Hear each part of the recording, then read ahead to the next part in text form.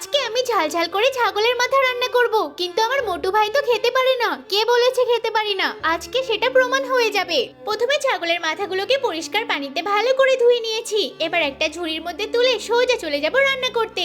এই যে গরম পানিতে ঢেলে দিলাম, এবার ভালো করে সিদ্ধ করে নিয়েছি।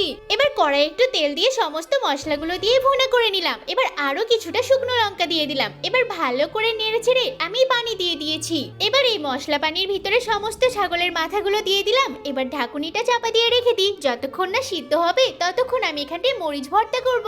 এই যে মরিচগুলোকে পুরোপুরি গুঁড়ো করে নিয়েছি, তার উপরে একটু গরম তেল দিলাম আর একটু সয়া সসও মিশিয়ে নিলাম। আমার এটা রেডি হয়ে গেছে। এটাকে ভালো করে গুলে নিলাম। এবার ছাগলের মাথাটা পুরোপুরি দিয়ে দিয়েছি এখানটায়। এবার সোজা চলে যাব টেবিলে। দেখ রান্নাটা কত লোভনীয় হয়েছে।